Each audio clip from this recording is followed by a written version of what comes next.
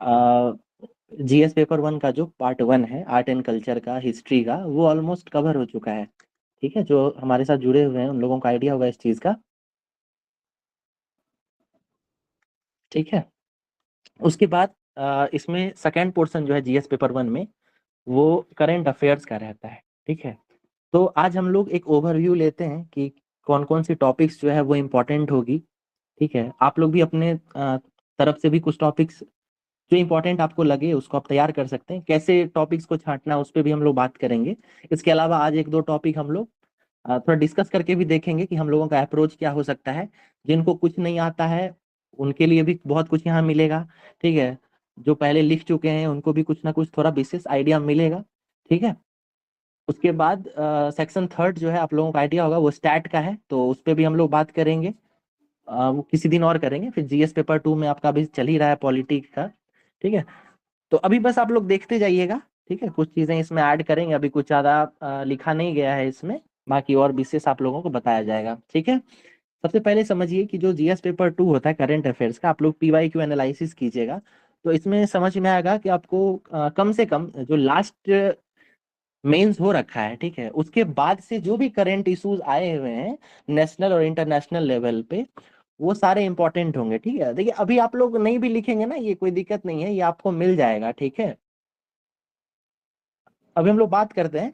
ठीक है ना, इसमें कोई दिक्कत नहीं है। आप लोग कुछ लोग लिख रहे हैं तो इसमें बहुत ज्यादा कुछ लिखने वाला नहीं है, ये आपको मिल भी जाएगा, ये पीडीएफ भी मिल जाएगा। ठीक है, अभी हम लोग सिर्फ बात करते हैं।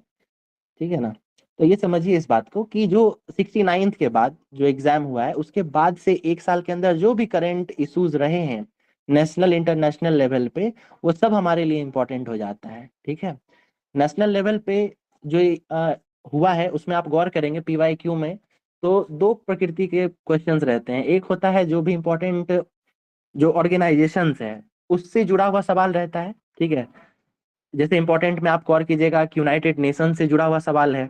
ठीक है, फिर ब्रिक्स है, G20 है, G7 है, जो भी उस साल चर्चा में रहता है और भारत उसका स्टेक होल्डर है, या फिर उसमें कुछ विशेष हो रखा है इस बार जिस जो भारत को प्रभावित करने वाला है, तो वो इम्पोर्टेंट हो जाता है। ठीक है, बहुत ज्यादा घुमाता फिराता नहीं, आप सिंपली प्रेडिक्ट भी कर सकते हैं।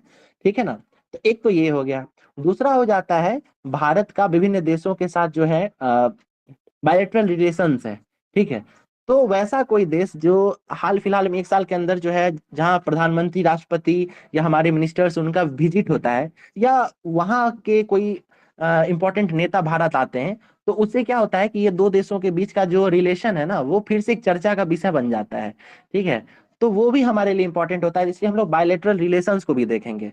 ठीक है, ये दो टॉपिक हो गया। बायलैटरल रिलेशन को समझने से पहले आपको ये समझना पड़ेगा कि कोई भी दो देशों के बीच जो रिलेशन बनता है, भारत किन किन प्रमुख जो कहते हैं क्या क्या प्रमुख बिंदु है जिसके आधार पे भारत जो है किसी देश के साथ रिलेशन बनाता है ना। ऐतिहासिक तौर पर आप गौर करेंगे, आप लोगों को आइडिया भी होगा कि हमारा जो विदेश नीति है, अगर आप उसको सूक्ष्मता के साथ उसका विश्लेषण करेंगे, ठीक है, तब पाएंगे कि 1947 के बाद या उससे पहले ही अगर कहें तो जवाहरलाल नेहरू के टाइम से ही जो है जो एक विदेश नीति की परंपरा चली है। कहीं ना कहीं हमारे जितने भी प्रधानमंत्री या हमारे जितने भी देश के अध्यक्ष हुए हैं वो उसी रास्ते को अपनाते हैं। ठीक है, उसमें मेन मेन कौन कौन सा आता है, तो पंचशील है, नॉन अलाइंड है कि नहीं। डेमोक्रेसी जो है भारत का, तो भारत गौर कीजिएगा कि जो डेमोक्रेटिक कंट्रीज है उनके साथ भारत का एक अलग रहता है ना उनका रिलेशन। तो इस तरीके से पहले देखेंगे हमारे जो विदेश नीति है उसका बेस क्या क्या है। पंचशील हो गया, नॉन अलाइंड हो गया, डॉक्ट्रिन उसका है गुजराल की डॉक्ट्रिन है, या फिर ब्रदरहुड नेबरहुड फर्स्ट पॉलिसी है। ठीक है, लुक ईस्ट एक्ट वेस्ट, इस तरीके का जो पॉलिसी है, इन सब को देखेंगे पहले हम लोग, ये विदेश नीति पे चर्चा करेंगे। फिर अलग अलग देशों के साथ जो रिलेशन रहा है, जैसे गौर कीजिएगा कि इस बार प्रधानमंत्री की यूक्रेन में यात्रा हुई है। ठीक है, 45 वर्षों के बाद कोई प्रधानमंत्री यूक्रेन की तरफ गए, या पहले ऐसे प्रधानमंत्री हैं जो यूक्रेन गए हैं। ठीक है, तो ये इंपॉर्टेंट हो जाता है। उसके बाद आप गौर करेंगे कि बांग्लादेश के साथ भारत का जो रिलेशन है वो काफी चर्चा में रहा है। एक तो शेख हसीना भारत आई थी उसकी वजह से, और बाद में क्या हुआ है कि वहां पे सत्ता परिवर्तन हो गया है। ठीक है, इंग्लिश में इसको कू कहते हैं। तो ये हो गया है, उसके कारण भारत पे क्या क्या असर पड़ सकता है, ये भी बहुत इंपॉर्टेंट हो गया। और मेरा मानना है कि ये निश्चित है कि आपको ये क्वेश्चन मिल ही जाएगा। ठीक है, उसके बाद और गौर कीजिएगा तो प्रधानमंत्री जो है वो क्वाड के लिए गए हुए, अलग अलग ऑर्गेनाइजेशंस के लिए गए हुए हैं, जिसमें G20 के लिए गए थे, क्वाड के लिए गए थे, इस बार आसियान के लिए गए हुए थे, है ना। बताइए आसियान के लिए कहाँ गए हुए थे? Laos, Laos, Vietnam. बिल्कुल बिल्कुल। आप देखिए जब वियतनाम वहां में। गए थे, जी जी, तो आप गौर कीजिएगा कि लाओस तो गए थे, लेकिन इसके अलावा सिंगापुर गए हैं। सिंगापुर से पहले देखिए एक देश की यात्रा पे पहली बार गए हैं, कौन सा देश था वो बताइए? Brunei. Singapore, Brunei, Brunei, Brunei, बिल्कुल बिल्कुल, है ना। ब्रुनई। तो पहली बार वहां गए हैं, तो ये सब हमारे लिए इंपॉर्टेंट हो जाता है। तो जब हम लोग बायलैटरल रिलेशंस देखेंगे तो इन सब चीजों पे ध्यान देंगे। इसके अलावा आप गौर करेंगे कि इस बार हमारी राष्ट्रपति हैं, वो भी कई देशों की यात्रा पर निकली थी, ठीक है, जो ज्यादा चर्चा में नहीं रहता है, लेकिन यहाँ से भी प्रश्न अफ्रीका बनने के की देश गए संभावना, थे। बिल्कुल, है ना। तो इसका भी हम लोग चर्चा करेंगे। 2 बार ये निकली हैं अलग अलग देशों की यात्रा पे, ठीक है, तो इसका चर्चा करेंगे। ठीक है, ये हो गया national event, sorry international event. इसके अलावा इंटरनेशनल में आप कुछ चीजें पारंपरिक तौर पे चली आ रही हैं, जैसे यूएनओ में भारत की जो स्थायी प्रतिनिधित्व है, उसके लिए क्या प्रयास किए जाने चाहिए, या फिर इस तरीके से पूछ देगा कि भारत जो है क्या अब उसमें स्थायी जो मेंबरशिप है उसको प्राप्त करने का हकदार है कि नहीं, तो आप इसके लिए दलील अपना रखेंगे। ठीक है, ये कॉन्वेंशनल आप गौर करेंगे कि पहले इस तरह का सवाल हर दूसरे तीसरे वर्ष पूछ ही देता था, तो हम लोग इसके लिए भी तैयार होके जाएंगे। ठीक है, ये हो गया इंटरनेशनल में। इसके बाद इंटरनेशनल में कुछ इवेंट्स भी चर्चा में रहते हैं, जैसे यहाँ पे लिखा हुआ है हमास इजराइल वॉर है, भारत बांग्लादेश, इस पे हम लोग चर्चा कर चुके हैं। ठीक, अभी देखिए कैलिफोर्निया में जो आग लग गया था, ठीक है, ये भी काफी चर्चा में रहा है। इससे पहले आप याद करेंगे कि एक बार ऑस्ट्रेलिया में आग लग गया था, तो उससे जुड़ा हुआ सवाल पूछा गया था, है कि नहीं। तो इस बार जो यस। है, जी, तो इस बार जो है हमको ये कैलिफोर्निया का जो आग वाला सिचुएशन हो गया है, उस पे हम लोग चर्चा करेंगे। ठीक है, इसके अलावा भारत चीन जो है ये हमेशा चर्चा में रहता है, इसको देखेंगे, क्वाड देखेंगे। ठीक है, उसके बाद नेशनल इवेंट्स में आइएगा तो एक साल के अंदर जो भी इंपॉर्टेंट घटनाक्रम रहे हैं उन सबको आपको देखना होगा। जैसे आप गौर कीजिए तो पॉलिटी में चले जाइएगा तो बफ बोर्ड है, 129th कॉन्स्टिट्यूशनल अमेंडमेंट है। बताइए किससे जुड़ा हुआ है 129th? सर एक मिनट चुना एक देश एक चुनाव से जुड़ा हुआ है, ठीक है। और 128 बताइए किससे जुड़ा हुआ है? Women reservation. बिल्कुल, विमेन रिजर्वेशन से। आप गौर कीजिएगा कि विमेन रिजर्वेशन जब लास्ट ईयर आया था 2023 में, तो उससे जुड़ा हुआ आपको निबंध पूछ दिया था, है कि नहीं, महिला सशक्तिकरण, उसका राजनीतिकरण। ठीक है, सर तो कॉन्स्टिट्यूशन अमेंडमेंट है या कॉन्स्टिट्यूशन बिल है सर? ये ये बिल है। अमेंडमेंट बिल है, बिल है, बिल्कुल तब बिल कंस्टिट्यूशन, होगा सर। बिल्कुल बिल्कुल बिल के बारे में बात कर रहे हैं ना। एक्ट तो ये 106 के आसपास होगा, ठीक है, हम लोग बिल की बात कर रहे हैं, ठीक है ना। उसके बाद आप गौर कीजिए, इस बार जो लास्ट ईयर बजट आया था उसमें राष्ट्रीय औद्योगिक गलियारा चर्चा में रहा था। फिर न्याय संहिता जो है, इससे संभावनाएं हैं प्रश्न बनने की, ठीक है। उसके बाद और भी बहुत सारे क्वेश्चंस हैं, ठीक है। तो इन सब को हम लोगों को तैयार करना होगा, ठीक है। इंटरनेशनल लेवल पे जैसे कोलंबो सुरक्षा कॉन्क्लेव हुआ था, है ना, इस साल, उसको हम लोग देखेंगे। मिशन दिव्यास्त्र चर्चा में रहा है। उसके बाद आप गौर करिएगा कि इस साल जो है नेट के का पेपर लीक का समस्या भी चर्चा में रहा था।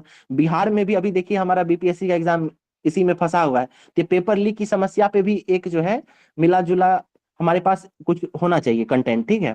उसके बाद चुनावी बॉन्ड ये चर्चा में रहा है, क्योंकि लास्ट ईयर इलेक्शन था, उससे पहले ये चर्चा में आया था, इसको आप लोग देखेंगे।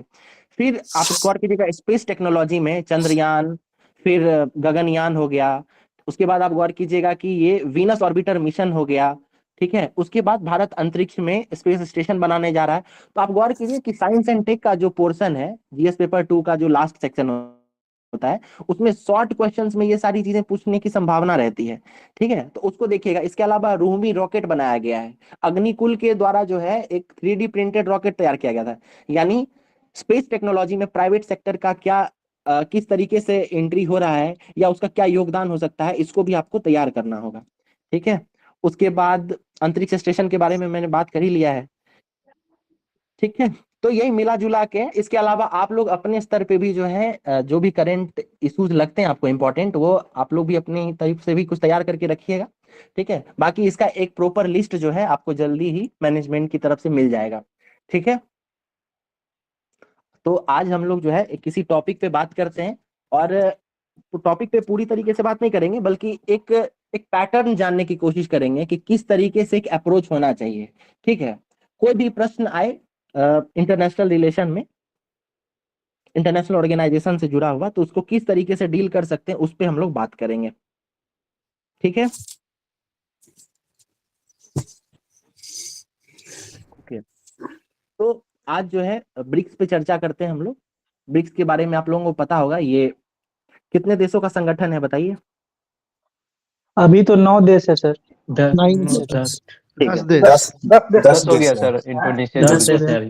इंडोनेशिया जुड़ा है लास्ट। ठीक ठीक ठीक, ओके जी ओके, जी सर। ठीक है। तो अभी हाल में जो है समझिए कि अभी जो है 16वां ब्रिक्स शिखर सम्मेलन हुआ है। ठीक है, और ये आपको कजान में हुआ था। ठीक है, कजान कहाँ है? ब्राजील में, सॉरी रशिया में। रूस रसिया में। में। बिल्कुल रूस बिल्कुल रूस बिल्कुल, रशिया में, रशिया में। ठीक है, तो रशिया में, रशिया के कजान में जो है 16th ब्रिक्स का सम्मेलन हुआ है, और वहां पे कजान घोषणा पत्र साइन हुआ है। तो सिंपली है कि जिस भी जगह पे आयोजन किया जाता है सम्मेलन का, उसी के नाम पर जो है घोषणा पत्र रखा जाता है। जो इम्पोर्टेंट डिस्कशंस होते हैं उस समिट में, उसको एक फ्रेम करके और उसी को घोषणा कर दिया जाता है। ठीक है, अब सोचिए, अब मैं एक जनरलाइज बातें कर रहा हूँ। ठीक है, आप हर एक सम्मेलन की बात कीजिए, चाहे आप G20 की बात कर लीजिए, ब्रिक्स की बात कर लीजिए, इसके अलावा G7 की बात कर लीजिए, I2U2 बात कर लीजिए, क्वाड की बात कर लीजिए, कोई भी सम्मेलन ले लीजिए। ठीक है, एक जनरलाइज बात करते हैं।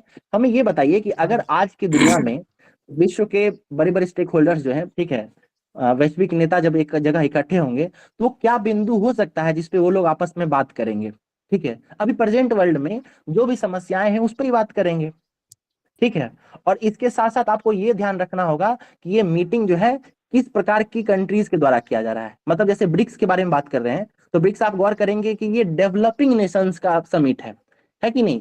ब्रिक्स में कितने जो देश जुड़े हुए हैं वो डेवलपिंग नेशन है। वहीं अगर जब G7 वाले लोग बात करेंगे तो वो सब डेवलप्ड कंट्रीज हैं। वो बात करेंगे वैश्विक लेवल पे, तो वो एक अलग पैटर्न पे बात वही सब करेंगे, लेकिन थोड़ा उनका अपना हित जुड़ा होगा उसमें। वहीं ब्रिक्स वाले जब बात करेंगे तो वो भी बात मिला जुला के सेम ही करेंगे, लेकिन इसमें इनका अपना हित जुड़ा होगा। वहीं ग्लोबल साउथ के अगर सब लीडर्स आपस में बात करेंगे तो मिला जुला के बात वो सेम ही करेंगे, लेकिन उसमें इनका अपना हित छुपा हुआ होगा। समझ रहे हैं आप? तो बात ऑलमोस्ट सेम ही रहेगा, बस उसमें हल्का फुल्का चेंज होगा, उसको ही समझना है। ठीक है, अब हम लोग एक जनरलाइज वे में बात करते हैं। हमें ये बताएं कि आज के दुनिया में अगर जो लीडर्स अगर मिलते हैं तो किन किन मुद्दों पे बात हो सकती है। ठीक है, सबसे पहले हम लोग क्लाइमेट चेंज, इन्वायरमेंट, सिक्योरिटी, बिल्कुल environment, economical, defence, credit, terrorism, trade, trade and finance,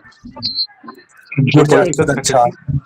एक मिनट, बिल्कुल बिल्कुल बिल्कुल म्यूट कर ले, है ना? अभी हम लोग करेंगे इस पे बात। ठीक है, उसके बाद नवीकरणीय ऊर्जा, सबसे बड़ा मुद्दा अभी डी-डॉलराइजेशन का चल रहा है सर। डी-डॉलराइजेशन। बिल्कुल बिल्कुल ठीक कह रहे हैं आप, है ना?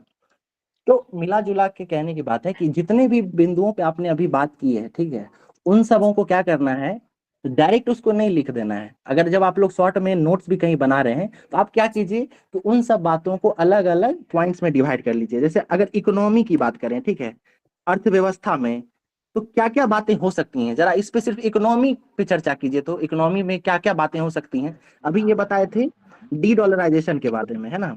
सप्लाई चेन, ट्रेड, बिल्कुल, सप्लाई, devaluation of धीरे currency, धीरे, है ना?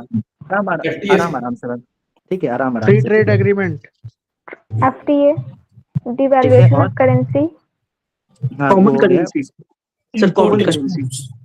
ठीक है, जो आप बोलेंगे ना हैंड रेज Logistics. करेंगे, एक एक करके समय दिया जाएगा। हाँ, लॉजिस्टिक बिल्कुल इशू आप, सर। ठीक है, हम लोग ना एक एक करके बात करते हैं। ठीक है, इकोनॉमिक हैंडरेज करके ट्रेड बात करते हैं। Comparison agreement. ठीक है, हम लोग एक एक करके बात करते हैं, जिनको भी कहना हो। ठीक है, हम लोग अभी इकोनॉमिक जो मैटर्स हैं, ठीक है, वर्ल्ड लेवल पे, उस पर बात करेंगे। ठीक है, अगर आपको इन पॉइंट्स के अलावा भी कोई पॉइंट नजर आ रहा है तो आप हैंड राइज कर सकते हैं। ठीक है, फिर हम लोग उस तरीके से बात लॉजिस्टिक्स सर, क्या बता रहे हैं? लॉजिस्टिक इशू, एक प्रॉब्लम लॉजिस्टिक्स, उसको कन्वेंशन बनाना। ठीक है, तो वो मिला जुला के उस सप्लाई चेन से ही जुड़ा हुआ है ना? बिल्कुल, रिलेटेड इशू सर। trade, ठीक है, चलिए, ठीक है, ठीक है। अब देखिए, इकोनॉमी में आपको इतना मुद्दा मिल गया, ठीक है, लेकिन हमें ये बताएं आप ठीक है, कि क्या अमेरिका अगर किसी ग्रुप में घुसा हुआ है, ठीक है, तो वो क्या डॉलर की स्थिति को कमजोर होने देना चाहेगा क्या? ठीक है, तो हमें ये बताएं कि अगर आप ब्रिक्स समिट की अगर बात करेंगे तो क्या आप उसमें डॉलर की स्थिति पे बात करेंगे क्या? उसमें हम लोग उल्टा बात करेंगे, है ना। वहां हम लोग क्या बात करेंगे कि समूह के देशों ने मिलकर डॉलर के विकल्प के रूप में, है ना, कोई मुद्रा स्थापित करने की व्यवस्था की है या बात की है। ठीक है, अब वो क्या बात की हम लोग उस पर बात करेंगे बाद में। ठीक है, वो कौन सा मुद्रा है, ब्रिक्स पे, है ना, वो अलग बात है। लेकिन ये तो समझ में आ रहा है ना कि कहाँ पे हम लोग डॉलर को किस वे में यूज करेंगे, समझे, है कि नहीं? ठीक है ना। उसी तरीके से ग्लोबल वार्मिंग पे आ जाते हैं। ठीक है, अब हम एक बात बताइए, G7 वाले जो देश होंगे जो पहले से डेवलप हो चुके हैं, ठीक है, वो उनका ग्लोबल वार्मिंग को लेकर क्या नजरिया रहेगा? ठीक है, वो चाहेंगे कि ग्लोबल वार्मिंग जो है वो धीरे धीरे खत्म हो जाए, है ना, उसके लिए वो स्ट्रिक्ट प्रोविजंस बनाने की कोशिश करेंगे। लेकिन वहीं जो डेवलपिंग नेशंस हैं जो अभी विकास कर ही रहे हैं, वो स्ट्रिक्टली ग्लोबल वार्मिंग के लिए वो प्रोविजंस नहीं ला सकते, वो फेज आउट करेंगे, वो धीरे धीरे कोशिश करेंगे, है कि नहीं? तो जब आप ब्रिक्स में और या अलग अलग जैसे G7 के बारे में बात करेंगे तो वहां आपको ये फर्क समझना पड़ेगा, है ना। उसके बाद आतंकवाद को लेकर बात करेंगे तो आतंकवाद जो है पूरे विश्व का अभी समस्या बना हुआ है, तो सब कहीं ना कहीं चर्चा करेगा तो वो आतंकवाद के खात्मे का बात करेगा ही। ठीक है, उसके अलावा जो अभी वर्तमान में इजराइल हमास का युद्ध चल रहा है, ठीक है, मिडिल ईस्ट में जो संघर्ष चल रहा है, इसके शांति के लिए बात करेगा। कोई देश ऐसा होगा या कोई संगठन ऐसा हो सकता है जो इस युद्ध को और बढ़ाने की बात करे, है ना। वो अंदर में अगर चाहता भी होगा लेकिन वैश्विक लेवल पर ऐसा बात नहीं कह सकता है। ठीक है, तो हमारे पास तीसरा मुद्दा भी है, ये संगठन वाले ये बात जरूर करेंगे, है कि नहीं। इसके बाद और क्या कहा जा सकता है, आप गौर कीजिए, अगर अमेरिका है तो अमेरिका अपना जो है आप गौर करेंगे कि सेकेंड वर्ल्ड वॉर से पहले से या उसके बाद से जो दो धड़े में विश्व डिवाइड हुआ, ठीक है, तो कहीं ना कहीं अमेरिका क्या हुआ, उसमें एक विनर के रूप में आया। जब यूएसएसआर ढल गया तो अमेरिका उसका विजेता हुआ, तो विश्व क्या हुआ, यूनिपोलर हो गया, है कि नहीं। लेकिन अब जैसे जैसे बाकी देशों की इकोनॉमी बढ़ी है तो अब दुनिया क्या हो रहा है, प्लीज आप म्यूट कर लेंगे, विनीता जी हैं कोई, ठीक है, ओके। तो बिल्कुल मल्टीलैटरल वर्ल्ड की तरफ जो है बाकी देश जाना चाहेंगे, तो क्या अमेरिका चाहेगा क्या मल्टीलैटरल दुनिया बने? अमेरिका तो नहीं चाहेगा, लेकिन बाकी अगर अमेरिका के अलावा संगठन में कोई देश होगा तो वो तो चाहेगा, यानी ब्रिक्स वाले बात करेंगे, ठीक है, लेकिन जिस संगठन में अमेरिका है वहां ये बात नहीं होगा, है ना। तो आप बताएं कि क्या क्वाड में ये बात हो सकता है ना, होगा, कम हो सकता है ना, लेकिन ब्रिक्स में ये बढ़ा चढ़ा के ये बातें होंगी, है कि नहीं। तो आप ये समझिए कि जो नए स्तर से लिखना शुरू कर रहे हैं, जिनको बिल्कुल आइडिया नहीं है, वो पहले जनरलाइज चीजों को समझने का प्रयास कीजिए, है कि नहीं, कि दुनिया में भी चल क्या रहा है। ठीक है, जैसे अभी हम लोग यहाँ पे लिस्टिंग कर रहे हैं, उस तरीके से शाम में बैठिए, मतलब जब भी आपको समय मिलता है, और आप सोचने का कोशिश कीजिए। आप लोग न्यूज़पेपर पढ़ रहे होंगे, दुनिया का आपको थोड़ा अंदाजा भी होगा कि अभी हाल फिलहाल में क्या चल रहा है। आप खुद से जो है अलग अलग इश्यूज तैयार कीजिए और फिर आप गौर कीजिए कि किस संगठन में क्या बातें हो सकती हैं। ठीक है, जैसे अगर भारत G7 देशों के साथ जाके अगर सम्मेलन करता है, अगर उसको G7 के साथ अगर इनविटेशन मिलता है, तो जब वहां जाएगा वो, तो चीन के प्रति संतुलन की बात करेगा, है कि नहीं। चीन के प्रति संतुलन मतलब क्या हुआ, उसको काउंटर बैलेंस करने का कोशिश करेगा, है कि नहीं, क्योंकि चीन जो है वो अमेरिका साथ ही साथ जो जितने भी डेवलप्ड कंट्रीज हैं उनके लिए कहीं ना कहीं चुनौती के रूप में उभर के आया है कि नहीं। लेकिन वहीं अगर भारत SCO में या ब्रिक्स में जब बात करेगा तो वहां चीन के विरोध में बात नहीं कर सकता है, फिर उसको बात क्या करना पड़ेगा, जितने भी डेवलप्ड कंट्रीज हैं उनके विरोध में बात करना पड़ेगा, है कि नहीं।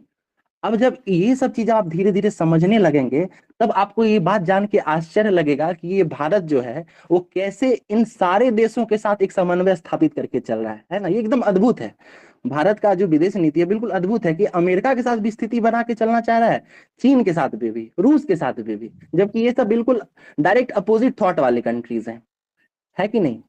तो इसको अपने अपने लेवल पे भी आप लोग समझने की कोशिश कीजिए, और जब ये समझ में आ जाएगा ना तो आप मेरा बात मान के चलिए कि जितना भी आपको ये ऑर्गेनाइजेशन वाला सवाल होगा, अगर आपको कभी लिखने में अगर दिक्कत आती है तो सबसे ज्यादा मजा भी आपको यही लिखने में आएगा, क्योंकि आपको मेन पॉइंट्स तो पहले से मिल चुका है ना, आपको ये पढ़ने की भी जरूरत नहीं है। और इतना जब आप सोच लेंगे, इसके बाद हमारे क्लास के द्वारा मैगजीन के द्वारा या न्यूज़पेपर के द्वारा, कोई आर्टिकल के द्वारा जब आप उसको समझेंगे तो आपको एग्जैक्ट कुछ विशेष पॉइंट मिल जाएगा, एकदम एग्जैक्ट कोई टर्मिनोलॉजी मिल जाएगी, कुछ कीवर्ड्स मिल जाएंगे। जब आप उसको उसमें इंक्लूड करेंगे तो आपका नंबर ऑटोमेटिक बूस्ट कर जाएगा। ठीक है, यानी आपको सारे पॉइंट्स रटने की जरूरत नहीं है, कुछ चीजों को आप जनरलाइज वे में समझ के पहले तैयार कर लीजिए, उसके बाद कुछ कीवर्ड्स ऑटोमेटिक उस पर ऐड होते चले जाएंगे, कुछ हम बताएंगे, कुछ आप अपने तरीफ से खोजेंगे। रुपेश सर क्लास लेंगे, उनका जब क्लास होगा करंट का तो बेहतरीन तरीके से वो भी रखते हैं ना। कार्तिकेयन सर जब लेते हैं तो उनका एकदम अलग अप्रोच होता है। ठीक है, तो इस तरीके से जब पढ़ेंगे तो आपका ऑटोमेटिक है कि आपका सारा मार्क्स जो है पहले जो आ रहा था उससे कहीं ना कहीं बढ़ेगा। ठीक है, समझ में आया इतना चीज? ठीक है, संतुष्ट हुए हमारी बातों से, है कि नहीं? Okay, yes sir. बिल्कुल, है ना। तो अब हम लोग क्या बात करेंगे, आज हम लोग सिर्फ ब्रिक्स पे बात नहीं कर रहे हैं, हम लोग बात करेंगे एक पैटर्न समझने की। ये एग्जाम्पल लिया जा रहा है ब्रिक्स, है ना, और ब्रिक्स के माध्यम से समझने की कोशिश करेंगे कि कोई भी क्वेश्चन का अप्रोच क्या होना चाहिए। ठीक है, यहीं पे मैं आपको बाकी कुछ और भी नाम लिख लेता हूँ। ठीक है, जैसे ब्रिक्स के अलावा यहाँ लिख लेते हैं G20। ठीक है, यहाँ लिख लेते हैं G20 के बाद बिल्कुल SCO ले सकते हैं। ठीक है, आसियान नहीं, क्वाड ले लेते हैं हम। ठीक है, जान के हम क्वाड लेना चाह रहे हैं ताकि ब्रिक्स और क्वाड, है ना, एक बैलेंस बना के देख सकें, है कि नहीं। G20 तो सर इसमें तो बहुत सारे देश हैं। G20 में अफ्रीकन यूनियन भी शामिल हुआ है, तो अभी भी नाम उसका वही है। जी बिल्कुल, उसका नाम अभी G20 है। ठीक है जी, जी सर बिल्कुल, है ना। प्लीज आप लोग, है ना, ध्यान रखें इस बात का, आपको कुछ भी कहना हो पहले हैंड रेज करें। ठीक है, फिर आपको सर परमिशन देंगे। ठीक है, तो आज हम लोग बस एक अप्रोच जानने की कोशिश कर रहे हैं। ठीक है ना, फिर उसके बाद आपको अच्छे से इसका अलग अलग क्लास मिलेगा। Sorry, QUAD। चलिए, अब अगर सोचने की बात है कि अगर ब्रिक्स के बारे में बात करेंगे और क्वाड के बारे में बात करेंगे, ठीक है, ये डेवलपिंग नेशंस का एक यूनियन है और ये डेवलप्ड नेशंस का यूनियन है जिसमें भारत भी जुड़ा हुआ है। ठीक है, अब क्वाड जो है इसमें गौर कीजिएगा कि सारे डेमोक्रेटिक कंट्रीज हैं। ठीक है, यहाँ इन चारों जो देश है, चाहे US हो गया, जापान हो गया, भारत हो गया, ऑस्ट्रेलिया हो गया, ये सब डेमोक्रेसी को एक पिलर के रूप में मान रहा है। लेकिन वहीं ब्रिक्स के कंट्रीज को ले लीजिए, क्या चीन में डेमोक्रेसी है क्या? है ना, रूस कहता है डेमोक्रेसी है, लेकिन वहां पे भी आप लोगों की स्थिति पता ही है कि नहीं। तो इस तरीके से आप गौर करेंगे कि जब आप इसका संबोधन, मतलब इसका जब भूमिका भी लिखेंगे तो यहीं पे जो है आप उस ऑर्गेनाइजेशन का, है ना, उसका क्या मतलब किस तरीके, उसकी प्रकृति कैसी है, उसको कहीं ना कहीं आप लिख सकते हैं। जैसे आप क्वाड का जब लिखेंगे तो उसमें आप ये लिख सकते हैं कि क्वाड जो है विश्व के 4 देशों का समूह है जो लोकतांत्रिक मूल्यों को, है ना, लेकर चलता है ना। एक आसान शब्द में ऐसा लिखा तो जा सकता है कि नहीं? क्या आप ब्रिक्स के लिए ये बात लिख सकते हैं क्या कि ब्रिक्स 10 देशों का समूह है जो लोकतांत्रिक मूल्यों को लेकर चलता है? ऐसा नहीं कहा जा सकता है। यहाँ ये कह सकते हैं कि ब्रिक्स जो है ये विश्व के 10, है ना, डेवलपिंग कंट्रीज का ग्रुप है कि नहीं? इस तरीके से लिखा जा सकता है कि नहीं? तो आपको प्रकृति समझनी पड़ेगी। अब देखिए क्वाड जो है, क्वाड ये क्यों बनाया गया है, तो आप गौर करेंगे कि ये जो इंडो पैसिफिक रीजन है, इंडो पैसिफिक रीजन, उसमें चीन को काउंटर करने के लिए बनाया गया है। ठीक है, आप इस चीज को भी उसके भूमिका में यूज कर सकते हैं कि क्वाड जो है 4 डेमोक्रेटिक कंट्रीज का यूनियन है जो इंडो पैसिफिक रीजन में शांति बहाल करने के लिए या फिर अर्थव्यवस्था को सुदृढ़ करने के लिए, जो भी आपको वर्ड्स यूज याद आ रहे हो, उसके लिए बनाया गया है। लेकिन वहीं ब्रिक्स की बात करिएगा तो क्या ये ब्रिक्स पैसिफिक क्षेत्र में शांति बहाल के लिए बनाया गया है? बिल्कुल नहीं। आप ये यूज ही नहीं कर सकते। अगर आप इस प्रकृति को समझेंगे कि ब्रिक्स क्यों बनाया गया है, तो समझेंगे कि ये जो है ब्रिक्स, ठीक है, ये क्यों बनाया गया है, तो ये अमेरिका के प्रभुत्व को धीरे धीरे खत्म करने के लिए बनाया गया था, है ना। जितने भी डेवलपिंग कंट्रीज हैं वो आपस में अगर जुड़ जाते हैं तो कहीं ना कहीं अमेरिका का एक विकल्प के रूप में ये खड़े हो सकते हैं, इसके लिए इसको बनाया गया था। तो आप इन चीजों को यूज करेंगे। ठीक है, मतलब रटना नहीं है, बस चीजों को समझना है। ठीक है, हल्का हल्का भी अगर जान गए उन चीजों के बारे में तो ऑटोमेटिक आप उसके लिए एक बेहतरीन भूमिका लिख सकते हैं और अच्छा आंसर वहीं से आ जाएगा। भूमिका में भी आपको बात नहीं बनाना पड़ेगा, आप सही सही चीजें ही लिखेंगे जो असलियत है उसका। ठीक है, अब क्वाड और ब्रिक्स का हम तुलना कर रहे थे, आप इनका प्रकृति समझ गए। अब जब भूमिका लिखेंगे तो वहीं पे आप अंत में एक लाइन लिख देंगे। अगर ब्रिक्स के बारे में लिखना होगा तो लिख देंगे ये कि हाल ही में ब्रिक्स का 16वां अधिवेशन रूस के शहर कजान में, है ना, हुआ था, और वह समूह के देशों ने जिसके लिए कजान घोषणा पत्र पर अपनी सहमति जाहिर की। ठीक है। वहीं अगर आप क्वाड के बारे में बात कीजिएगा तो उसी में लास्ट में ये लाइन जोड़िएगा कि क्वाड देशों का छठा वार्षिक सम्मेलन जो है या द्विवार्षिक सम्मेलन ये अमेरिका के शहर विल्मिंगटन में हुआ था, है कि नहीं। तो इस तरीके से आपका भूमिका तैयार हो जाएगा। अब वही पर अगर आपको वर्ल्ड मैप बनाने का अगर थोड़ा भी प्रैक्टिस है, ठीक है, अगर वर्ल्ड मैप बनाने का प्रैक्टिस है तो आप मैप बना सकते हैं। ठीक है। अब जैसे क्वाड है, ठीक है, तो क्वाड के लिए लोग बहुत सारा पैटर्न फॉलो कर सकते हैं। ठीक है। क्वाड में आपको पता है कि सिंपल 4 देश है, तो इस तरीके से सिंपली 4 देश बना सकते हैं। इधर जापान, इधर ऑस्ट्रेलिया, इधर यूएस और इधर भारत दिखा सकते हैं। लेकिन बेस्ट तो ये होगा कि अगर आपको वर्ल्ड का मैप बनाने आता हो, ठीक है, मैं आपको वर्ल्ड का मैप बनाना भी समझा दूंगा, सिखा दूंगा। ठीक है। बहुत लोगों को आता भी होगा, लेकिन वर्ल्ड का मैप भी बनाना आप लोगों को आना चाहिए। वहीं अगर ब्रिक्स की बात करेंगे तो वो भूमिका देने के बाद ब्रिक्स कंट्रीज का आप वर्ल्ड का मैप जैसे ही बना देंगे, ठीक है, तो आपको क्या होगा कि वही बोनस मिलेगा इन चीजों से। ठीक है ना। तुरंत आप ब्रिक्स का मैप बना दीजिए।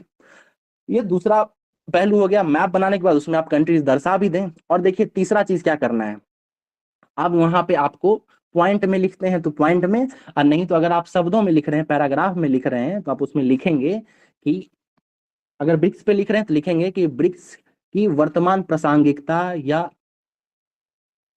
क्या हो रहा है ये,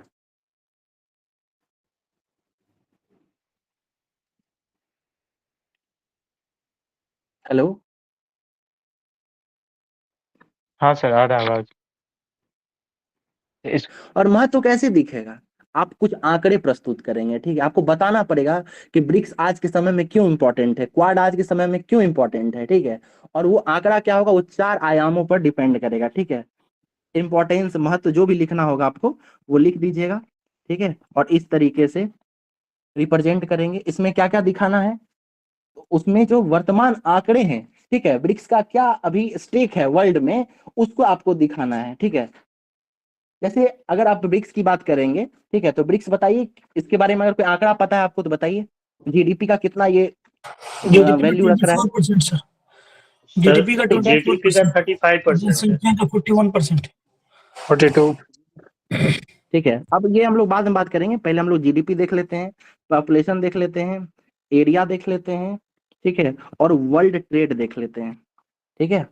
अब हर जो भी संगठन बनाएंगे, हर संगठन का कहीं ना कहीं कोई ना कोई आंकड़ा ये जरूर होगा। ठीक है।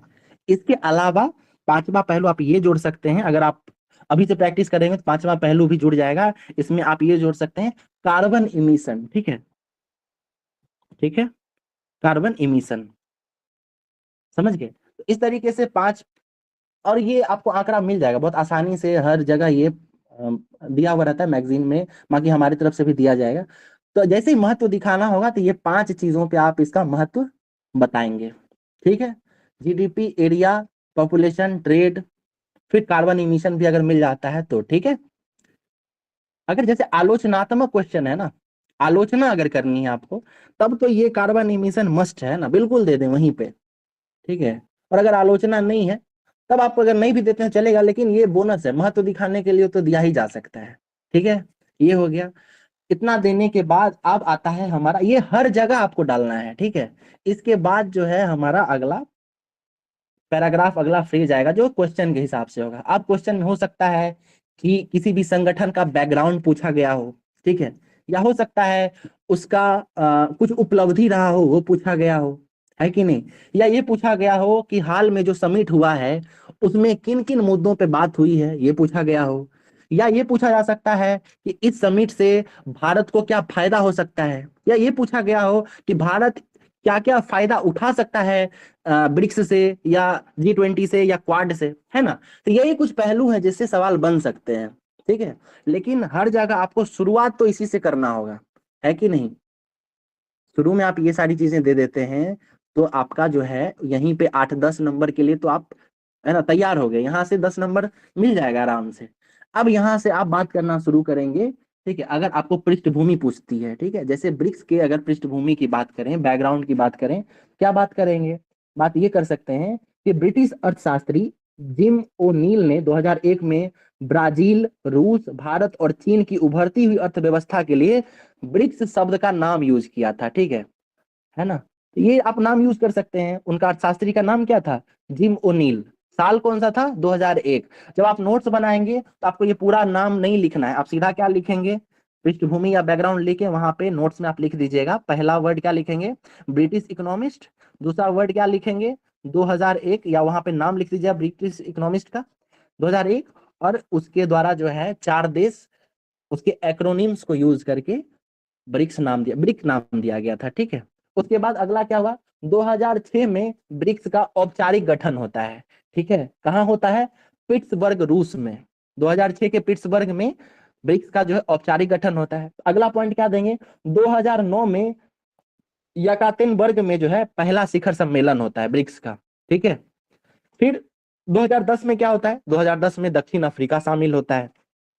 फिर 2014 में क्या होता है? तो 2014 में ब्रिक्स बैंक की घोषणा होती है, ठीक है, जिसको न्यू डेवलपमेंट बैंक के नाम से भी जानते हैं। कहाँ पे हुआ है ये? तो ये फोर्ट लीजा घोषणा, यानी फोर्ट लीजा नाम का एक जगह था, वहीं पे ब्रिक्स बैंक का जो है गठन होता है। फिर अगला क्या है? 2024 में रूस कजान में 5 देश जो है उसको मान्यता दे दी जाती है, ठीक है। ये हमारा पृष्ठभूमि हो गया ब्रिक्स का। 5 लाइन में आप इसका पृष्ठभूमि तैयार कर लिए।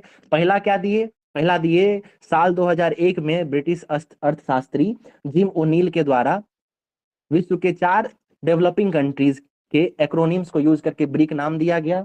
2006 में इसका औपचारिक गठन हुआ रूस के पिट्सबर्ग में। 2009 में पहला शिखर सम्मेलन हुआ येकातेनबर्ग में। फिर 2010 में दक्षिण अफ्रीका जुड़ा। 2014 में ब्रिक्स बैंक की स्थापना हुई, और 2024 में जो कजान में सम्मेलन हुआ है वहां ब्रिक्स में 5 अन्य देश भी जुड़ गए हैं, ठीक है। और इस तरह जो है ब्रिक्स का फैलाव हो रहा है। ये इसका पृष्ठभूमि हो गया, ठीक है। अब ब्रिक्स की उपलब्धियों पे बात करना है ना। पृष्ठभूमि खत्म हो जाएगा, हो सकता है आपको पृष्ठभूमि पूछ दे, है ना। यही क्वाड का अगर पृष्ठभूमि पूछेगा तो क्वाड के लिए अलग यूज कीजिएगा, है कि नहीं। उसी तरीके से आप ब्रिक्स की पर वरुण आपको कुछ कहना है क्या? सर टोटल 10 कंट्री नहीं 11 कंट्री है सर, आफ्टर एडिंग इंडोनेशिया। 10 ही है भाई, है ना, एक निकल भी गया था, ठीक है अर्जेंटीना निकले। जी, ठीक है। चलिए आगे देखते हैं। अभी देखिए, आज मैं आपको एग्जैक्ट ब्रिक्स नहीं बता रहा हूँ, ठीक है। मैं आपको एक तरीका बता रहा हूँ कि आगे बिल्कुल सऊदी नहीं ज्वाइन किया था, मैं यही कह रहा था कि एक निकल भी गया था। मैं ये कह रहा हूँ कि अभी हम लोग जो भी इंटरनेशनल ऑर्गेनाइजेशंस के लिए जो अप्रोच रखेंगे अपने आंसर में या अपने नोट्स में, जो हम लोग क्लास लेंगे उसमें भी, तो इस तरीके से बात करेंगे, ठीक है। कोई मेंबर बनाए नहीं बनाए वो आप लोगों को जब नोट्स मिलेगा तो उसमें पता चल जाएगा, ठीक है ना। चलिए आगे देखते हैं। अब हमने पृष्ठभूमि देख ली, हम लोग बैकग्राउंड भूमिका कैसे बनाएंगे, इंट्रोडक्शन कैसे बनाएंगे वो समझ लिए, इंपॉर्टेंस कैसे दर्शाएंगे वह 5 चीजों को डिनोट करके वो बता दिए।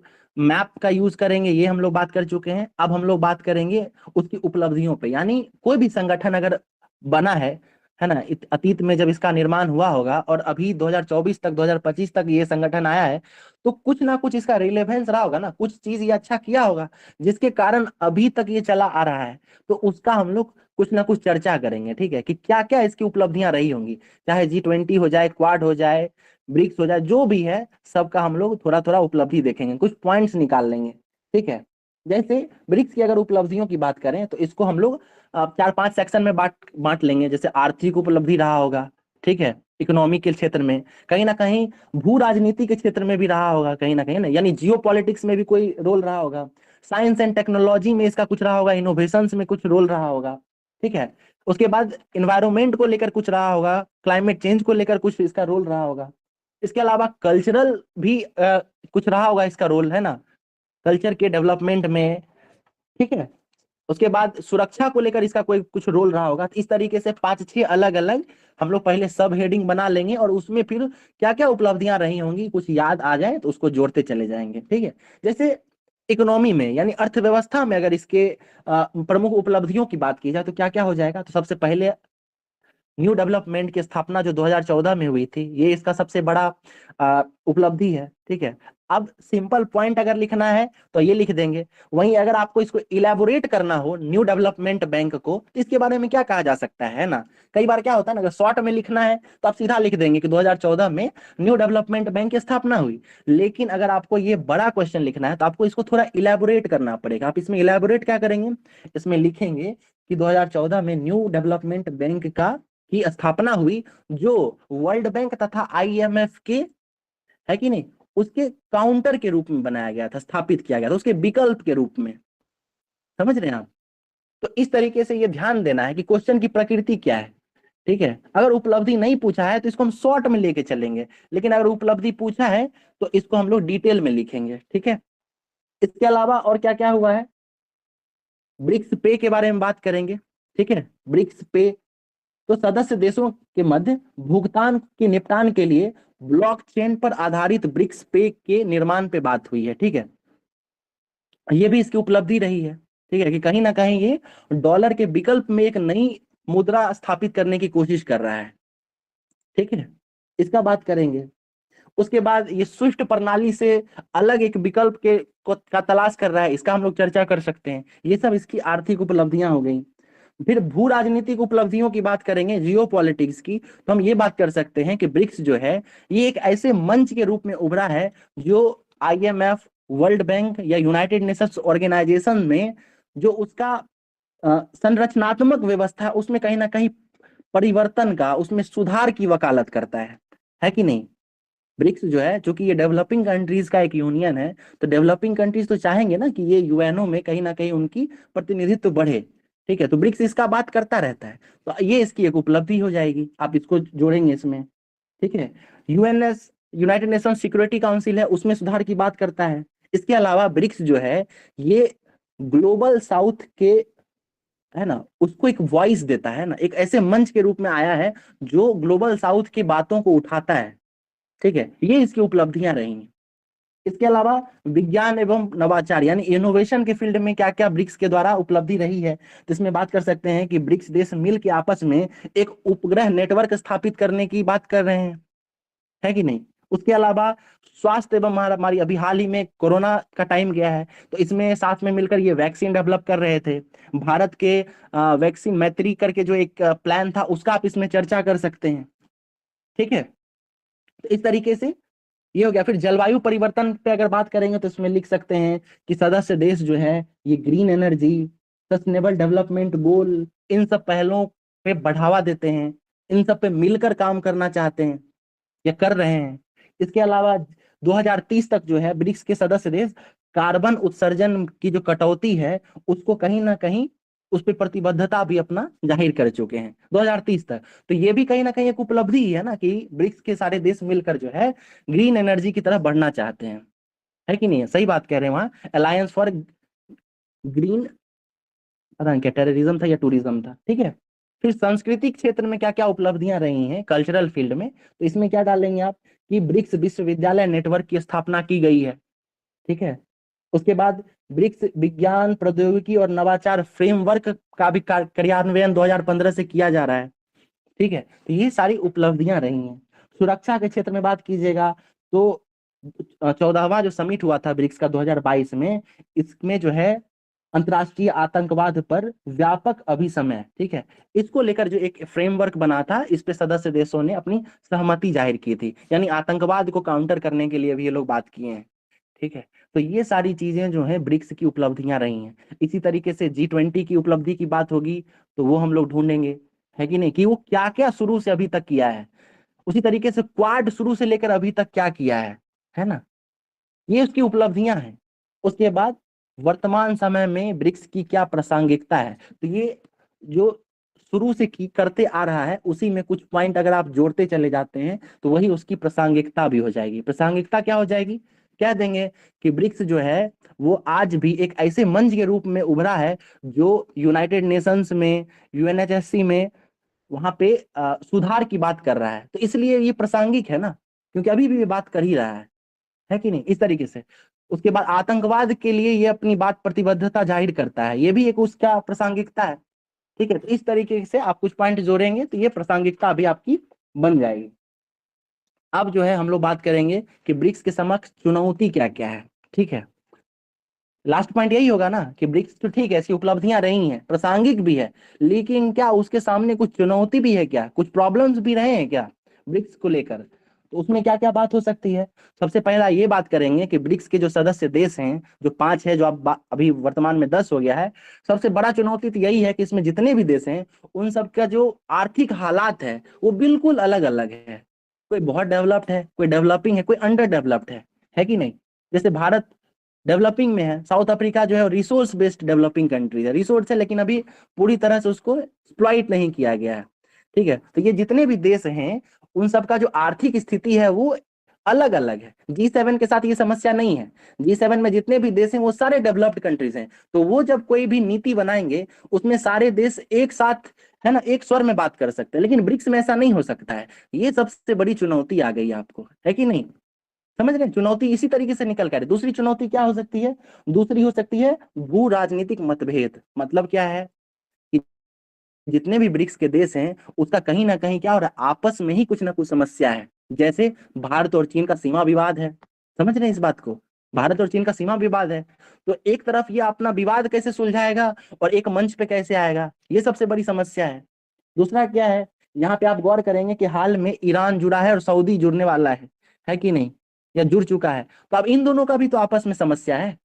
ठीक है, तो एक और ये बायलैटरल रूप में आपस में विवाद कर रहा है और एक संगठन के रूप में कैसे ये आपस में आ सकता है। ठीक है, यानी कहीं ना कहीं अगर कोई नीति बनती है तो आपस में टकराव की स्थिति पैदा हो सकती है। ठीक है, तो इसलिए ये दूसरी चुनौती है। तीसरा क्या हो सकता है, ब्रिक्स में जो देश हैं, ठीक है, डेवलपिंग कंट्रीज, उनका यूएसए को लेकर जो है ना, अमेरिका को लेकर, यूएनओ के लेकर अलग अलग मान्यताएं हैं। ठीक है, जैसे भारत है उसका यूएसओ को लेकर जो है एक अलग, है ना, अलग उसका रिलेशन है, वहीं चीन का एक अलग होगा, रूस का एकदम अलग है।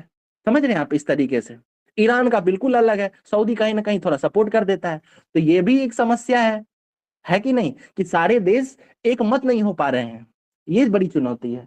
और क्या है, अब आपने न्यू डेवलपमेंट बैंक की बात की थी, न्यू डेवलपमेंट बैंक के कारण भी एक कुछ चुनौती आ गई है। क्या चुनौती है कि न्यू डेवलपमेंट बैंक को आईएमएफ और वर्ल्ड बैंक इसके एक विकल्प के रूप में बनाया गया था, लेकिन सबसे बड़ी समस्या ये है कि अभी भी न्यू डेवलपमेंट बैंक के पास वित्त की कमी है, पैसा ही नहीं है, लोन कैसे देगा।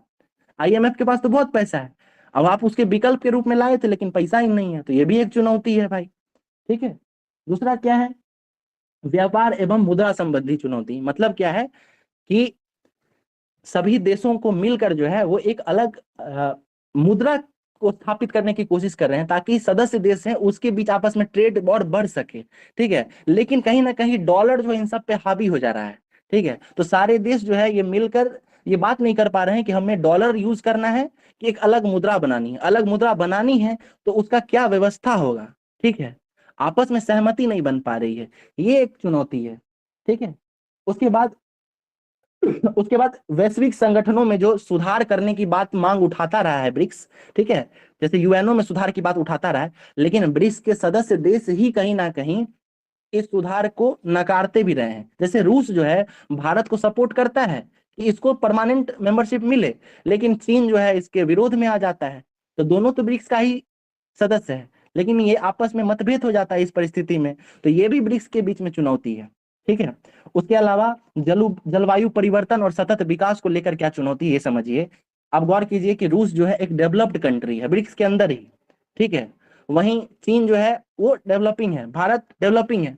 ऐसे में रूस जो है वो डेवलप कर चुका है, तो अब ऐसी स्थिति में अगर वो कहेगा कि नहीं बिल्कुल अभी से जलवायु परिवर्तन को लेकर कठोर नीति अपनानी चाहिए, तो क्या भारत अपना सकता है? क्या भारत नहीं अपना सकता है ये, क्योंकि भारत को अभी डेवलप भी करना है। डेवलप करेगा तो उसको जो है कार्बन इमिशन करना ही पड़ेगा, यानी अगर उसको डेवलप करना है कार्बन इमिशन करेगा, और इसके लिए क्या हो सकता है, जलवायु परिवर्तन को काउंटर करने के लिए वो फेज आउट कर सकता है, धीरे धीरे कार्बन इमिशन को कम कर सकता है। ठीक है, तो ये भी एक बड़ी चुनौती है। ठीक है, उसके अलावा वर्तमान में ब्रिक्स में जो विस्तार हुआ है वो भी कहीं ना कहीं चुनौती भरा है, क्योंकि पहले से ही जो 5 देश थे वही आपस में एक समन्वय स्थापित नहीं कर पा रहे थे, आपसी मतभेद वही नहीं खत्म हो पा रहा था। तो अभी हाल फिलहाल में जो नए देश जुड़ गए हैं, ईरान है, सऊदी है, इन सब की समस्याएं होंगी अपनी अपनी, और ये भी अगर ब्रिक्स में जुड़ जाती है तो फिर ब्रिक्स संगठन पे एक संगठन के रूप में जो प्रासंगिकता है वो कहीं ना कहीं खो सकता है, कहीं ना कहीं उसमें समस्याएं आ सकती हैं। ठीक है, तो ये आपको ब्रिक्स एज अ होल हो गया। ठीक है, लेकिन हमने एक पॉइंट मिस कर दिया, कजान सम्मेलन। ठीक है, कि हाल में क्या क्या बातें हुई, हम लोग शुरू यहीं से किए थे, है कि नहीं, कि वर्तमान में क्या क्या बातें हुई हैं, उस पे हमने आपस में अभी हाल फिलहाल में दुनिया में क्या सब चल रहा है इस पे बात किए थे। लेकिन अब हम कुछ पॉइंट आपको बता देते हैं कि क्या क्या बातें हुई थी कजान में। सबसे पहला बात क्या हुआ, ठीक है, सबसे पहला हुआ बहुपक्षवाद पर बात हुआ है। ठीक है, यानी समूह के जितने भी देश हैं उन्होंने कजान घोषणा पत्र में जो बात कही गई है, ठीक है, क्या बहुपक्षवाद की, कि अब दुनिया जो है उसको बहुपक्षवाद की तरफ ले जाना है। ठीक है, सबसे बड़ी घोषणा ये कही गई, यानी इस पे सारे देशों ने अपनी सहमति जाहिर की है। इसके अलावा भू राजनीतिक संघर्ष, जो इजराइल हमास युद्ध है, या यूक्रेन रूस का जो युद्ध चल रहा है, या मिडिल ईस्ट में जो समस्याएं चल रही हैं, इन सब का जो है, ठीक है, शांतिपूर्ण समाधान होना चाहिए, इसको लेकर जो है प्रतिबद्धता जाहिर की है। ठीक है, यही गोलमोल बात है। ठीक है, जो मैंने शुरू में बोला था ना कि एक बार आप पूरे वर्ल्ड लेवल पे समझ लेंगे कि क्या इश्यूज चल रहे हैं, वही 5-6 इश्यूज हैं, वही सारी बातें जो है ना यहाँ पे कजान में भी की जाएंगी, वही सारी बातें क्वाड के विल्मिंगटन में की जाएंगी, वही सारी बातें आपको G20 ब्राजील वाले में भी की जाएगी। बात सेम रहेगा, हल्का फुल्का चेंज रहेगा, वो आपको समझना है। ठीक है, फिर और क्या बात हुआ है ब्रिक्स में, तो सदस्य के जो समूह के जो देश हैं वो आपस में आर्थिक सहयोग को लेकर प्रतिबद्धता जाहिर किए हैं, उसके लिए स्थानीय मुद्रा में व्यापार को बढ़ावा देने की बात किए हैं। ठीक है, ब्रिक्स देशों के बीच अनाज एक्सचेंज को लेकर बात की है। ठीक है, अनाज एक्सचेंज करेंगे ये लोग। इसके अलावा सीमा पार भुगतान प्रणाली जैसे कुछ व्यवस्था बनाने पर जो है कुछ आगे काम करेंगे। ठीक है, इस पे भी ये लोग बात किए हैं कि कुछ हम लोग संभावना तलाशेंगे कि आपस में कुछ अलग ट्रेड हो सकता है क्या, है ना, डॉलर के मुकाबले, है ना, बिना डॉलर यूज किए हुए। ठीक है, फिर वित्तीय संरचना में सुधार का ये लोग समर्थन किए।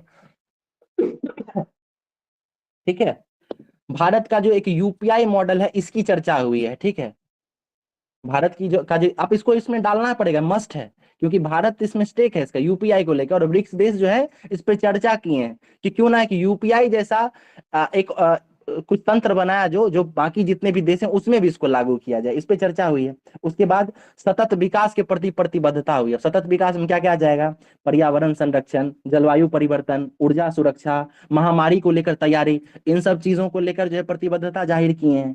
ठीक है, तो ये सारी चीजें जो हो गई कजान घोषणा पत्र की प्रमुख बिंदुएं हो गई। ठीक है, तो आज हम लोगों ने क्या बात किया, हम लोग समग्र रूप से ये बात करने की कोशिश कर रहे थे कि एक संगठनात्मक प्रश्न आ जाए, है ना, G20 ब्रिक्स क्वाड इन सब से जुड़ा हुआ, तो क्या अप्रोच लेंगे। सबसे पहले हमने भूमिका पे बात की थी, भूमिका में क्या बात करेंगे, उस ऑर्गेनाइजेशन का क्या पहलू रहा है। ठीक है, क्या वो डेमोक्रेटिक कंट्रीज का ग्रुप है, क्या वो डेवलपिंग कंट्रीज का ग्रुप है। ठीक है, वो किस तरीके का ग्रुप है उसको डालेंगे, वो किस क्षेत्र के लिए काम कर रहा है, क्या वो इंडो पैसिफिक क्षेत्र के लिए काम कर रहा है ना, क्या वो इकोनॉमिक डेवलपमेंट को लेकर काम कर रहा है, किस चीज के लिए काम कर रहा है, उसको डालेंगे। ये सारी भूमिका बन जाएगी। फिर हम लोग मैप बनाएंगे, मैप में सारे सदस्य देशों को चिन्हित करेंगे, फिर उसका महत्व दिखाने के लिए कुछ आंकड़े प्रस्तुत करेंगे, जिसमें हम लोग क्या क्या बात करेंगे, पॉपुलेशन की बात करेंगे, जीडीपी की बात करेंगे, कितने क्षेत्र है वो बात करेंगे, ट्रेड की बात करेंगे, कार्बन इमिशन की बात करेंगे। इतना करने के बाद उसकी कुछ पृष्ठभूमि रही होगी उसका बात करेंगे, फिर वर्तमान में उसकी क्या उपलब्धियां रही हैं इस पे बात करेंगे, और हाल फिलहाल में क्या उसकी चुनौती है ये बात करेंगे। ठीक है, और बाकी रिसेंट में जो उसका मीटिंग हुआ है, ठीक है, उस पे क्या क्या इंपॉर्टेंट प्रोविजंस आए हैं उसका एक आप लिस्ट बना लेंगे, और ये सारी चीजें मिला के आपको एक बेहतरीन आंसर तैयार कर देगी। ठीक है, तो ये हमारा जो है ब्रिक्स के आसपास एक चर्चा है, इस पे हम लोग एक एक करके संगठन पे धीरे धीरे, ठीक है, एक लिस्ट तैयार कर लेंगे कि हमें बात किन किन चीजों पे करनी है, और उस पे हम लोग बात करेंगे। ठीक है, लेकिन आज मैंने जो फ्रेम आपको बताया है, आप अपने तौर पे भी अगर प्रयास करना चाहते हैं तो इस ही पद्धति पर जो है आप तैयार करेंगे। ठीक है, ये सारे डायमेंशंस आप लोग ढूंढने की कोशिश कीजिए, और सबसे इंपॉर्टेंट मैं ये कहूंगा, कुछ पढ़ने से पहले, कुछ समझने से पहले पहले आप मंथन कीजिए, खुद विचार कीजिए। इतना आइडिया तो आपको होगा ना, आपने पीटी पास किया है तो आपको इतना आइडिया होगा, ये संगठन है कहीं ना कहीं बना है, तो इन संगठन के बारे में आपको कुछ कुछ आइडिया होगा, किसकी प्रकृति क्या है, किस क्षेत्र में काम कर रहा है, ठीक है, उसको आप चिन्हित करें, उसको इकोनॉमी में, ठीक है, जियो पॉलिटिक्स में, ट्रेड में, अलग अलग डायमेंशंस में डालिए, क्या क्या बात किया जा सकता है उसका एक लिस्ट बनाइए, और वही चीजें आप अपने आंसर में यूज कर दीजिए। ठीक है, ये बेस्ट आंसर हो जाएगा। ओके जी सर, है ना, ओवर हो गया है। बहुत अच्छा सर।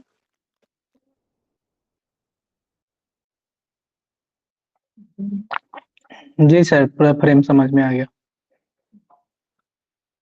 इम्पोर्टेंट है पहले। जी सर।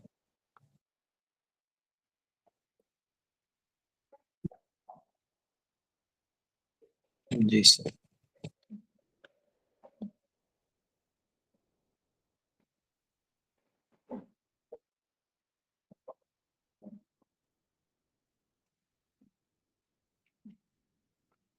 बताइए कि आप लोगों में से अभी 85 के आसपास लोग जुड़े हुए हैं, कोई वैसे थे जिनको संगठन से या इंटरनेशनल रिलेशन से जुड़ा हुआ सवाल लिखने में दिक्कत होता था, ये समझ में ही नहीं आता था, ठीक है, और अभी जो है कुछ बदलाव आया हो, कुछ अप्रोच समझ में आया हो, है कि नहीं?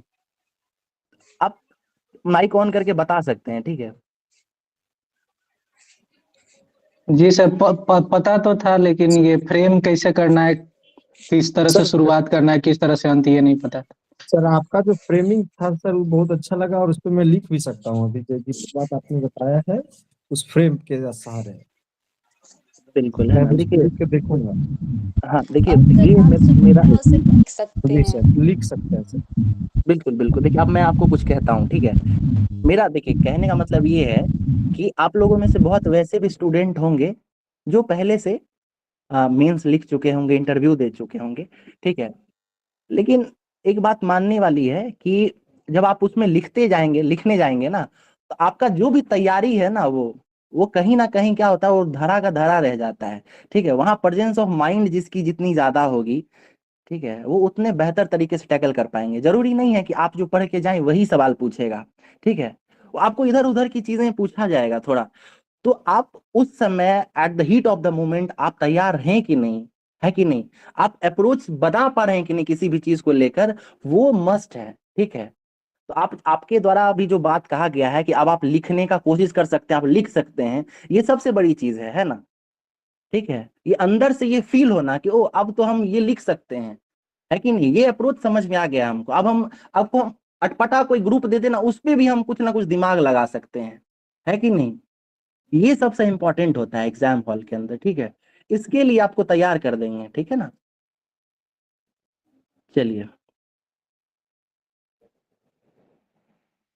जी, मिशन कर, ममता आप कुछ कहना चाह रही हैं क्या? हाँ सर, मैं यही बोली थी कि मुझे इसमें आईआर में और साइंस की उसमें ना स्ट्रक्चर करने में बहुत प्रॉब्लम होती है। मतलब मुझे कंटेंट पता होता है, लेकिन मैं लिखती हूँ ना तो एकदम ही गंदा सा दिखता है वो मुझे। आपको आज कुछ बेहतर लगा आपको? हाँ, मुझे आज बहुत कुछ है, मतलब सारी चीजें थी उनको ऑर्गेनाइज वे में कैसे है, तो बहुत मुझे बहुत ही मतलब लगा कि हाँ, मतलब अपने कंटेंट को बहुत अच्छे से लिख सकते हो, और नहीं भी आता है तो कैसे क्वेश्चन को मैनेज कर सकते हैं, ये आपने मुझे सिखाया। मतलब हर जगह अब सबको नहीं देखना है, एक को तैयार कर लिया और फिर सब स्ट्रक्चर उसी पे खड़ा करना है। बिल्कुल, है ना। तो अभी तो आज हम लोग ने सिर्फ बेसिक्स चर्चा की हैं, ठीक है, इसके बाद क्या होगा कि इससे आज जो चर्चा हो गया ना, इस पे अब हम लोग अब अगले दिन क्लास लेंगे, तो उन्हीं डायमेंशंस पे चर्चा करेंगे, ठीक है। आप लोग क्या कीजिएगा, अपने तरफ से काम करके आइएगा, सोच के आइएगा, ठीक है, कोई भी संगठन उठा लीजिए और अपने दिमाग में बिना पढ़े दिमाग लगाइए कि क्या बातें हो सकती हैं, G20 में क्या बात कर सकता है ये लोग ऊपर बैठ के, है ना। आतंकवाद पे बात करेगा क्या? बिल्कुल करेगा। क्या ये जलवायु परिवर्तन पे बात करेगा? बिल्कुल करेगा। क्या अमेरिका का विरोध करने की बात करेगा? नहीं कर सकता, अमेरिका उसमें जुड़ा हुआ है, नहीं कर सकता है, ठीक है। क्या ये ग्लोबल साउथ को बढ़ावा देने की बात करेगा? क्या करेगा? क्या ये लोग यूनाइटेड नेशंस में चेंजेस लाने की बात करेगा? क्या करेगा, है ना। तो ये आप लोग धीरे धीरे क्या होगा, आप हमारे साथ सोचना शुरू कीजिए, ठीक है ना। तो आपको खुद ही आइडियाज आने शुरू होंगे। एक बार हम शुरू से कहते आ रहे हैं कि आप एक बार मंथन करें, आपके दिमाग में आइडिया आना शुरू हो जाएगा ना, वो ऑटोमेटिक कागज पे उतरेगा, ठीक है, समझ रहे हैं। सर ठीक एक है, चीज ऑल द पूछना था। बेस्ट। जी जी बोलिए। सर एक चीज पूछना था सर, अगर कोई चीज हमको रिलेट करना हो, जैसे आप जितना बताएं अभी फ्रेम में, बौद्ध धर्म से या फिर जैन धर्म से, तो इसको सर इसमें कहाँ पे डालेंगे सर? जैसे भूमिका के बाद तो सर डालेंगे, तो मतलब कहाँ पे डालेंगे जो वो बैठ जाएगा, मतलब सही लगेगा फ्रेमिंग में? क्यों जोड़ना है आपको अभी बौद्ध धर्म से? कल्चरल से जो क्वेश्चन रहेगा तभी जोड़ेंगे ना सर। जैसे कि अहिंसा का बात कर रहा है, तो वहां पर वो टेररिज्म वगैरह कोई फैक्ट इस तरह से डाल दे कि ये कहीं ना कहीं भारत का मतलब ये है, इस तरह से कुछ। क्या आप किस पे बात कर रहे हैं सर ये? हाँ बिल्कुल, हाँ हाँ बिल्कुल, इतनी सारी बातें करने के लिए है ना। देखिए जो आप कह भी रहे हैं ना, तो वो एक एससीओ में यूज हो सकता है, ठीक है। एससीओ ही क्या करता है, हर बार एक कल्चरल राजधानी घोषित करता है कि नहीं। जब आप याद करेंगे 2022 के आसपास बनारस था, है कि नहीं। अभी चीन का एक शहर है वो बना हुआ है, ठीक है। तो जहां जरूरत होगा ना वहीं यूज कर सकते हैं। बायलैटरल रिलेशन आप यूज कर सकते हैं, संगठन में नहीं कर सकते, ठीक है। बायलैटरल रिलेशंस में जहां जरूरत होगा वहां, वो भी हम आपको बायलैटरल रिलेशन भी बता देंगे, ठीक है। कि हर दो देश का जो है आपस में जो है ना किन सतहों पर एक रिलेशन बनता है, ठीक है। वो समझ में आ जाएगा तो आपको सारा देश का परिस्थिति समझ में आ जाएगा, ठीक है। एक दिन हम लोग जनरलाइज बात करेंगे, जिस दिन है ना थोड़ा हल्का फुल्का माहौल रहेगा, उस दिन हम आप लोगों को जो आपका ये इंडस्ट्रियल रिवॉल्यूशन रहा है ना, औद्योगिक क्रांति, उसके बाद से 1 घंटे के अंदर है ना किस तरीके से दुनिया बदला है, क्या परिस्थितियां रही हैं, क्विकली अगर आप ये समझ जाएंगे ना, तो आपको सारा वर्ल्ड डायोस्पोरा समझ में आ जाएगा, सारे रिलेशन समझ में आ जाएंगे, वर्ल्ड वॉर समझ में आ जाएगा, नॉन अलाइंड मूवमेंट समझ में आ जाएगा, है कि नहीं। उसके बाद आपको G20 ब्रिक्स सब समझ में आ जाएगा, ठीक है। ठीक है, ओके, लास्ट करते हैं फिर।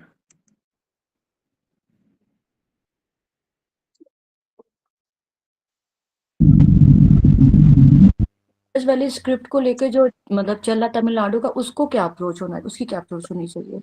उस पे करेंगे बात हम लोग, ठीक है। उस पे यही अप्रोच हो सकता है कि आप पहले समझिए कि तमिलनाडु के लिए वो इतना इम्पोर्टेंट क्यों है, ठीक है। तमिलनाडु के लिए इंडस वैली स्क्रिप्ट इसलिए इम्पोर्टेंट है कि जो साउथ के स्टेट्स हैं वो हमेशा से ये वकालत करते रहे हैं कि संस्कृत और जो तमिल उनकी मातृभाषा है, ठीक है, उसमें वो हमेशा ये बताना चाहते हैं कि तमिल जो है उसकी प्रधानता रही है, ठीक है। और वो इंडस वैली पे अगर रिसर्च करके ये पता लगा लेते हैं कि सही में तमिल जो है वो इंडस वैली की सिविलाइजेशन से भी पुरानी है या कहीं ना कहीं उससे जुड़ी हुई है, तो वो ये बात स्थापित कर देंगे कि संस्कृत से पुरानी है उनकी लैंग्वेज, ठीक है। बस यही उसका मामला है, ठीक है। अब इसके साथ जोड़ के कुछ और पॉइंट्स जो बनेंगे वो आपको बता दिया जाएगा, लेकिन मेन पॉइंट तो यही होगा, समझ रहे हैं? ठीक है, सेटिस्फाइड है? बात है तो उसमें यही नॉर्थ और साउथ डिवाइड करेंगे या इसमें इक्वली की मतलब इक्विटी की बात करेंगे? देखिए बात तो ये है कि जो गवर्नमेंट है तमिलनाडु की वो चाह तो यही रही है, लेकिन जब आप अपने आंसर में लिखेंगे तो आप उसको एक बैलेंस्ड अप्रोच देने की कोशिश करेंगे, लेकिन आपको बताना तो पड़ेगा, जो वास्तविकता है वो तो बताएंगे, ठीक है। Okay, thank you sir. जी good night sir. Okay, good night.